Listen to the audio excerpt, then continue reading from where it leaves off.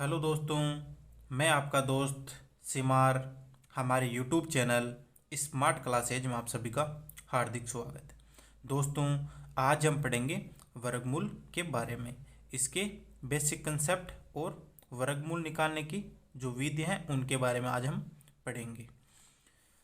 वर्गमूल का जो साइन होता है वो होता है अंडर रूट।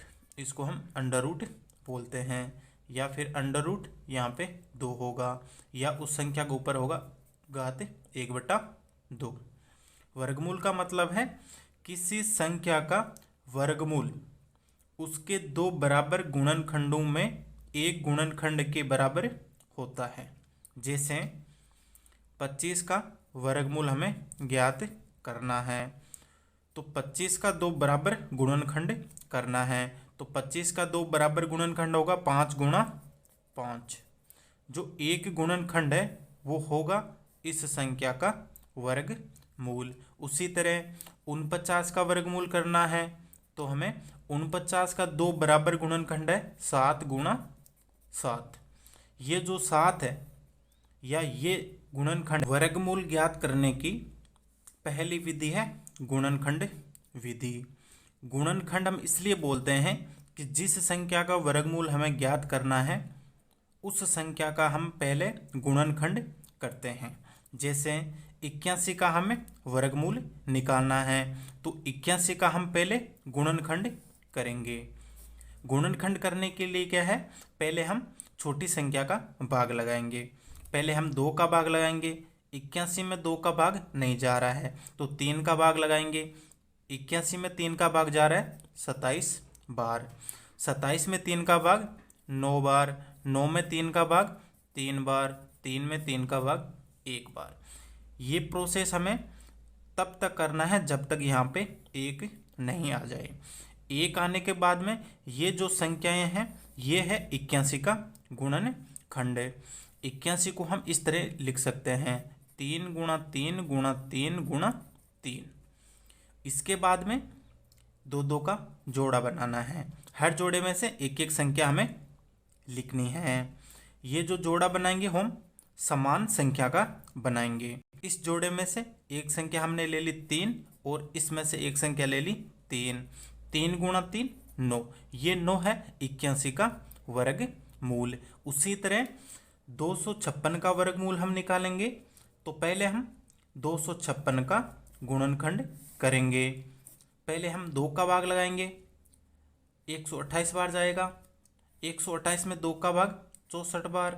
64 में 2 का भाग 32 बार। 32 में 2 का भाग 16 बार। 16 में 2 का भाग 8 बार। 8 में 2 का भाग 4 बार। 4 में 2 का भाग 2 बार। 2 में 2 का भाग 1 बार। 1 आ गया, तो ये हो गया 256 का गुणनखंड। तो 256 को हम इस तरीके से लिख सकते हैं 1 2 3 4 5 6 7 8। 8 बार 2 है, 2 गुणा 2 2 गुणा 2 2 गुणा 2 गुणा 2 गुणा 2। जोड़ा बनाना है, समान संख्या का जोड़ा बनाना है। हर जोड़े में से एक एक संख्या लेनी है हमें। 2 2 गुणा 2 गुणा 2। ये हो गया 2 गुणा 2 4। 4 गुणा 2 8। 8 गुणा 2 16। ये 16 है 256 का वर्गमूल। दोस्तों, वर्गमूल निकालने की दूसरी विधि है भाग विधि। इसमें हम क्या करते हैं, भाग ही लगाते हैं, लेकिन थोड़ा सा तरीका अलग है। जैसे 289 का वर्गमूल हमें निकालना है, तो दाहिने से हम 2 अंक का जोड़ा बनाएंगे। ये जोड़ा बन गया। यहाँ पे बाएं में या तो लास्ट में 1 अंक बचेगा या 2 अंक बचेगा। तो 1 अंक बचेगा तो 1 अंक लिख लीजिए, 2 अंक बचेगा तो 2 अंक का जोड़ा बना लीजिए। उसके बाद में यहाँ पे हमें संख्या इस तरीके से लिखना है कि दोनों का गुणनफल इसके बराबर हो या उससे कम हो। दोनों जो संख्याएं लिखेंगे वो दोनों संख्याएं समान होगी। जैसे 1 और 1 हमने लिखा, तो 1 और 1 का गुणनफल 1 है। या फिर 2 या 2 लिखें तो 2 गुणा 2 होगा 4, जो है 2 से ज़्यादा, तो इसलिए हम यहाँ पे लिखेंगे 1। यहाँ पे जो हम संख्या लिखेंगे उसमें से एक संख्या हमें यहाँ पे लिखना है, दोनों का गुणनफल यहाँ पे, तो 1 गुणा 1 1, बाद में माइनस करना है जो हम भाग में करते हैं, 2 माइनस 1 1। उसके बाद में यहाँ पे जोड़ा उतारेंगे, 89 हो गया ये दोनों। इसके बाद में इन दोनों का योगफल यहाँ लिखना है। अब यहाँ पे हमें इस तरीके से संख्या लिखनी है कि गुणनफल इसके बराबर हो या इससे कम हो। जैसे हम यहाँ पे लिखें 6, यहाँ पे हमने 6 लिख दिया, तो 6 चंग 36 और 3 12 और 3 15 156। 7 रखे ट्राई करें तो 7 7 49 हासिल की 4, 7 गुणा 2 14, 14 प्लस 4 18 जो है इसके बराबर। तो हम यहाँ पे 7 लिखेंगे, 27 को 7 से गुणा करने पे 189 माइनस 0। यहाँ पे जो हमने संख्या लिखी है उसमें से एक संख्या हमें यहाँ पे लिखनी है। यहाँ पे 0 आ गया तो हमारी प्रोसेस यहाँ पे ख़त्म हो गई। ये जो रिजल्ट है वो है 289 का वर्गमूल। उसी तरह 5329 का वर्गमूल हमें भाग विधि से निकालना है। 5329 दाहिने से दो अंक का जोड़ा बनाएंगे। अब हम यहाँ पे संख्या इस तरीके से लिखेंगे कि दोनों का गुणनफल या तो इसके बराबर हो या इससे कम हो।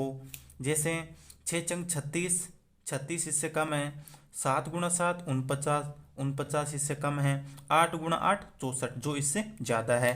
तो हम यहाँ पे लिखेंगे 7, 7 गुणा 7 है 49।